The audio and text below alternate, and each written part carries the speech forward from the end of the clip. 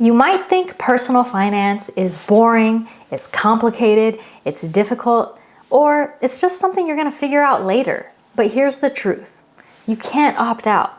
Personal finances, your money, it affects every part of your life, whether you choose to pay attention or not, whether you are proactive with your finances or not. Unfortunately, ignoring your finances won't make problems go away.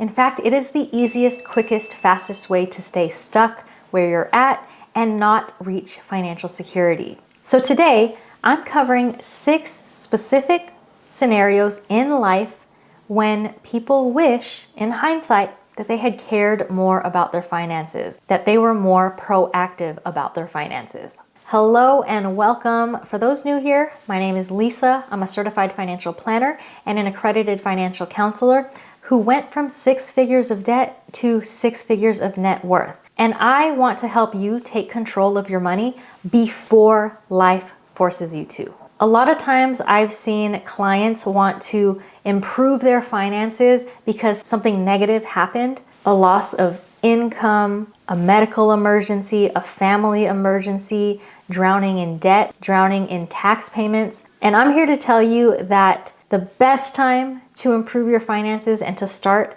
is when you can be proactive, when nothing major, no crisis is happening, because by the time a crisis happens and you're reactive, you'll have so many things to deal with. And I want to help you take control of your money before life forces you to. And I want to be clear, in this video, I'm not here to scare you or to motivate you by fear, unless that works for you. I just want to be real with you. These are 6 real life moments when I often hear people say, I wish I had fixed my finances sooner. I wish I had paid attention to my finances a lot earlier. And that's because when these moments happen in life, they can directly impact the direction or trajectory of someone's life. So let's kick off the list and start with one that you might not expect, but it's something that most people eventually come across. And that is, number 1, meeting a love interest. You meet someone new, you get to know them, sparks start to fly, things start to get serious, and then suddenly thoughts come up, questions come up. Should I tell them about all of my debt? Are they still gonna like me? What if they make way more than me or way less than me? How are we gonna split things? Are we financially compatible? I mean, we are taught to follow our hearts, find someone we like, find someone that we can eventually love. That's how we meet people, find these love interests, and then we're supposed to figure out the finances after that. Now, I'm not saying to change that order, right? I don't think you have to go out looking for money and then making the love work after that. It's more complex than that. But what I do want to point out is that money plays such a huge role in relationships, even at the beginning, but more and more the longer the relationship. So it's very important to be proactive about your finances well in advance of getting into that relationship. In one fidelity study, 1 in 4 couples said money was their biggest relationship challenge, and 45% of partners admitted that they argue about money at least occasionally. So there's a reason I'm starting off this list with meeting a love interest. I want to point out that when I say to be proactive with your finances, I'm actually not just talking about the logistics, the saving, the investing, the paying off debt, the organization of your financial life. That's one part of it. I'm also talking about being proactive about improving your relationship with money, healing your relationship with money, especially if it's strained. It's kind of like having a growth mindset and working on yourself and maturing and increasing your emotional intelligence. All of those things that if you do in your own life as individual goals, they end up helping out a relationship later on when you get into one. Same thing with finances. If you can proactively improve your finances, both the logistics as well as your relationship with it, you'll have more to bring to the table financially when you do find that love interest that you might want to spend the rest of your life with. So here are some things you can explore. Do you have a healthy relationship with money? Why or why not? Do you feel confident in your finances? Why or why not? Do you know your financial standing, aka knowing your net worth? Do you have control of your spending and know how to manage your cash flow? And for those of you who have debt, do you have a plan to attack your debt? I once had a client who had a lot of debt and was engaged and was going to get married soon. And she had not told her partner how much debt she had. And she was so scared. It was very crippling to her to not share this information, especially ahead of getting married. And so what I advised her to do was to list out her debts, to face them head on, and create a plan.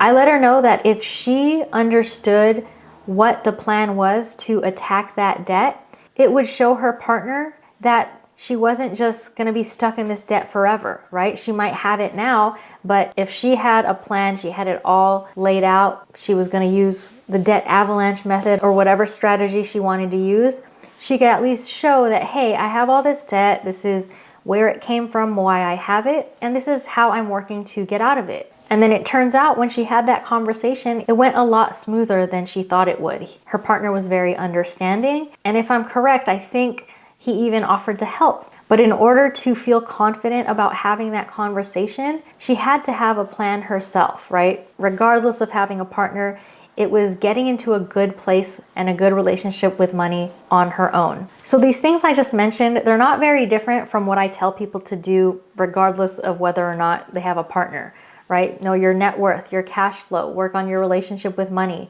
have a debt payoff plan. These are all things I would suggest anyway. But in relation to this life event, I do believe that proactively working on your finances and proactively caring about your finances will absolutely make money conversations a lot smoother with future partners and future love interests. And that's even if they're not at the same place that you on your journey. Because if they're not, that's where you can step in and help out and help guide them. Just because you're on different places on your journeys doesn't mean you'll be incompatible financially. You just both have to be willing to grow and improve. All right, life situation number 2, when people wish they cared more about their finances earlier, divorce. So this is another time that people, especially women, wish they had paid more attention to their finances. Now, no one gets married thinking that the marriage is going to end. But unfortunately, half of all marriages do. And when they do, it's not just an emotional thing that's happening. They also have to deal with the financial side of it. Divorce often means that you are going to split assets, you have to cover legal fees, and then you have to adjust to life on a single income, maybe taking care of a family. And a lot of times when people get to this point, they're already going through so much stress that the financial side of starting from scratch is so overwhelming. And sometimes in relationships, in marriages, it's one side that manages all of the money. And so if you're the person that's not managing the money and a divorce happens, you might not even have an idea of what you're entitled to. The lack of knowledge of how the finances work in your relationship, your guys' net worth, your cash flow, how debt is managed, all of that is just going to create more confusion during this time, this period of transition when you actually need more peace of mind. So I've never been through divorce myself. I've seen it around me, friends, family, and it's one of those major life events where there's so much going on at once, right? You might be grieving, you might feel relief, you might feel fear, but you might also be hopeful for the next chapter. It's a time that is so complex emotionally and also logistically. And the thing is, if your finances are a mess or you have no insight into them, you're going to add another layer of stress. You're not going to know if you're going to be okay. You're not going to know what the future is going to look like. So I'm not saying to anticipate you're going to get a divorce in life, but it doesn't hurt to proactively work on your finances so that you will have more peace of mind should that ever happen. So it's basically everything I've already mentioned in this video. Things like knowing your financial standing, know your cash flow, have a strategy for paying off debt, and above and beyond that, have conversations with your partner about money before and during the marriage. If you're not married yet, one way to open up conversations about money in a relationship before you get married is the subject of a prenup. So, contrary to popular belief, prenups, which are marriage agreements, which specify things like how assets are owned, these aren't just for the wealthier spouse. If a prenup is done correctly, it is intended to protect both parties. But that is a topic for another video. The bottom line here is You can't afford to ignore your money. If you are married or planning to be married, learning how to manage your finances and making sure that you are taken care of as an individual, that doesn't mean that you're going to expect to get divorced. It just means you're protecting yourself so that in the future, no matter what happens, you will have peace of mind. All right, life situation number 3, when people wish they had been more proactive with their finances, losing a job or losing a main source of income. Now, it doesn't matter how secure a job might seem. You could have been there for years. You could be buddy-buddy with the CEO. The fact is, businesses are businesses. There can be layoffs, restructures, or the business can disappear, right? There are things that can happen with little to no warning. And if you lose your job and lose your main source of income, it can turn your world upside down. So I used to work at Google during the height of the tech boom. I had great compensation, I had great benefits. It felt solid. I thought I would be there forever. I was there for over a decade. But then at the end, I still got laid off. It didn't matter how hard I worked there, all the relationships I made, the business had other plans. Lucky for me, I had already planned my exit. So in a way, I proactively planned for this and it didn't hurt me as much. I was prepared. I was planning to leave to start my own business. But I do think about, had that happened to me 5 years or 10 years earlier, I would have been blindsided. I would have felt kicked to the curb and felt like I was starting from scratch. So for me, in a 1 to 2 year span, I had a plan, I put it in motion to help me leave my job, and then it ended up coming in handy when they booted me before I could quit. So most people don't plan for losing their job, sometimes because it feels like a negative thought or it feels far off, like even if layoffs are happening, you just pray and hope it's not going to be you. But there is a statistic that says nearly 40% of Americans get laid off at least once in their lifetime. And in my experience and from what I've heard around me, I feel like that number is actually higher. So how can you plan ahead in case you get laid off or in case you lose your primary source of income? The primary way is to have a buffer of savings. So build up your emergency fund. That is first and foremost what I think most people should be working on if you don't already have one. That emergency fund should get you by at least a few months if you were to lose your primary source of income. Another thing you can consider as part of your overall strategy and plan is to consider disability insurance. This is less about losing your job, but this is to protect your income for a medical condition. If something prevents you from working and it affects your income, it can kick in and help you get through a tough time. Again, the message I'm just going to repeat over and over again in this video is don't ignore your finances. Care about them, because if and when major things happen in life, you're going to be so happy that you had spent that time, that you had put those systems in place, and that your finances are in a good place, because it makes life so much easier to navigate. All right, 3 examples down. I got 3 more to go. But really quick, I want to share a very quick announcement. If you like how I explain things on my YouTube videos, then I think you are going to love my new comprehensive beginner course. It's called Hello Money Bootcamp. It is an online course that you can do on your own time if you want to get your finances on track towards financial security and wealth. If you want more info, check out the pinned comment below. And look, if the course isn't for you, you can always just subscribe to my channel and learn from all of the free content that I post here. All right, back to the list. The next example of a big life moment that you are gonna want to be financially prepared for is number 4, moving in with someone. So we touched on how money affects the entire trajectory of your life during transitions like divorce or a job loss, but moving in with someone, getting a roommate or moving in with your partner is a life circumstance that people underestimate as a potential cause for concern. We all want to hope for the best, and I do hope the best for all of you, but just know that when you choose to share a space with someone, that is a financial decision.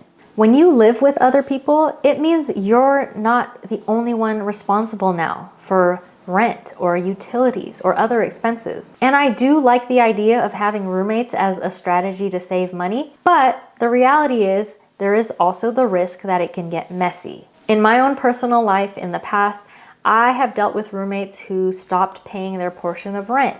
And I've also been in situations where the vibe just turned toxic. And when that happens, if you don't have the money to get yourself out of a jam, you feel stuck. Think about it. If your relationship falls apart, or the environment you're living in just becomes unsafe, or it's emotionally draining, or it's just not suited for your lifestyle, if you don't have savings or a backup plan, it makes it hard to make an exit on your own terms. You're basically staying not because you actually want to, but because your financial situation won't let you leave. Then you're kind of stuck in that situation until you can be reactive and put a plan together and start saving money. If you plan for these things ahead of time and just get your finances in order, you have a lot more power to leave bad situations across the board in life. But living with someone is one of those situations. So to prepare for this kind of situation, moving in with a person, here is what I recommend. Number one, keep some savings in your own name. This is particularly if we're talking about moving in with a partner or cohabitating, but definitely have money in your own name, regardless of how you and a partner manage your finances. Number two, have a written agreement that outlines how rent, utilities, and shared expenses are going to be split. Oftentimes it's easier to do that with friends and roommates as opposed to a romantic partner, but in all situations you want to consider having that. And number three, create an exit fund or simply pad your emergency fund with more money so that you have more breathing room if things go sideways. And again, I'm not telling you not to live with people. I tend to always live with people and it's great for my finances, but you also want to have some power and control if that situation is no longer serving you, and money can help you do that. All right, situation number 5, times that people wish they had focused more on their finances earlier, and that is having a child or getting pregnant. So we know having a baby can change your entire life, especially your finances. You got prenatal care, delivery costs, hospital costs, leave from work, daycare, supplies, baby gear, etc. And even if you have good insurance, the price tag of all the medical stuff can climb into the thousands before you even take your baby home. So according to the USDA, the cost of raising a child to age 18 is estimated at over $230,000. And that number doesn't account for these recent inflation increases that we've had. Now, despite how big of a financial shift it is to have kids, a lot of people don't start planning until they're already pregnant. And by that point, it becomes this 9-month sprint where you have other things going on, your health, appointments, other decisions to make, trying to figure out what your career is going to look like. So the truth is, people figure it out, right? And if your financial situation is solid, you might be okay. It's just that for a lot of others, it's hard to figure it out financially when you're also juggling with not getting enough sleep, when you're in survival mode. So one way you can prepare is to estimate the costs that you would face, like what changes would happen if you were to have a child. Think about childcare, extra groceries, healthcare, time off from work. Calculate what these numbers look like and then start practicing incorporating that in your budget in advance. And this is not something you have to wait to do until you're pregnant. You can start it beforehand once you and your partner start thinking about kids. For a few months or even up to a year, set aside X amount of dollars per month, and that's what it would cost to raise your baby. The upside is you can turn that practice money into an actual baby fund. Like that is your savings to help pad your cash flow when you do have the baby. And I know I'm mostly touching on planned pregnancies and planning to have a child, but in reality, a lot of times people have children that were unplanned. And in that case, yeah, you got 9 months, you can start making these changes so that when the baby is there, you have a better financial cushion because you proactively plan towards it. All right, last but not least, number 6, another life situation when people wish they had focused on their finances earlier is being at or staying in a toxic job. So we've talked about being in a toxic living situation, and we've talked about an unexpected job loss. But this is another scenario that doesn't get a lot of attention. And that's when you are stuck in a job that feels toxic, but you can't afford to leave. It is your primary or only source of income. And if you leave, you won't be able to have food and shelter. So when people are in toxic jobs, this is sometimes a cycle, right? You work to make money so that you can live, you spend it, and then you repeat it over and over again. But if you don't use some of that money to build your financial foundations and you end up living paycheck to paycheck, you prevent yourself from having the choice about your work. If your job situation gets toxic, you might end up staying, not because the job is right for you or that the environment is good for you, but because you don't have a way out. You can't see a way out. Now, this is one that is personal to me because I've been there. I was making good money, but I had inflated my lifestyle, so I didn't have the savings or stability to walk away from this job. It had a hold on me. It was golden handcuffs, but it was more than that. I felt stressed, I felt burnt out, but I didn't feel financially secure enough to leave, not for a long time. It forced me into getting my finances together so that I could eventually leave, but that was a very long period that I wish I had just proactively prepared for that ahead of time. There's actually a Gallup poll that says 62% of people feel disengaged at work. And even though they feel disengaged, they stay longer than they want to, not because they're loyal to this job, but mostly because of fear. Fear of instability, fear of the unknown, and fear that they won't be able to support their lifestyle outside of this current job that they're in. So the solution here, some of my lovely fellow finance experts refer to this strategy as having FU money. So basically, if you have enough money in savings and investments, and it came down to it, you were in some toxic situation, toxic job, toxic living situation, you would have FU money because you'd be able to say FU and leave that job or leave that situation because you'd be okay. Now, I don't care about what people say about how money can't bring you happiness, because in reality, money can do things. It can help you and free you from being stuck in so many different life situations. And this is exactly why you cannot afford to ignore your finances. When you are financially prepared as your norm, that gives you leverage. It gives you breathing room. It means that when different events and situations happen in life, good or bad, you have your finances in order. You have your savings plans, your debt payoff plan, a plan to invest for the future, but you also have a healthier relationship with money. All of those things are going to prepare you for anything life throws your way, and that is exactly why you must care about your finances. You cannot ignore them. And I hope that with my videos, I can help you do that. So don't forget to subscribe. But there are so many resources out there these days that I just want you to find what works for you. Whatever you do, don't ignore your finances. Be proactive about them. All right. I hope this video was helpful. Let me know in the comments if you relate to any of the things on this list. And until next time, peace out.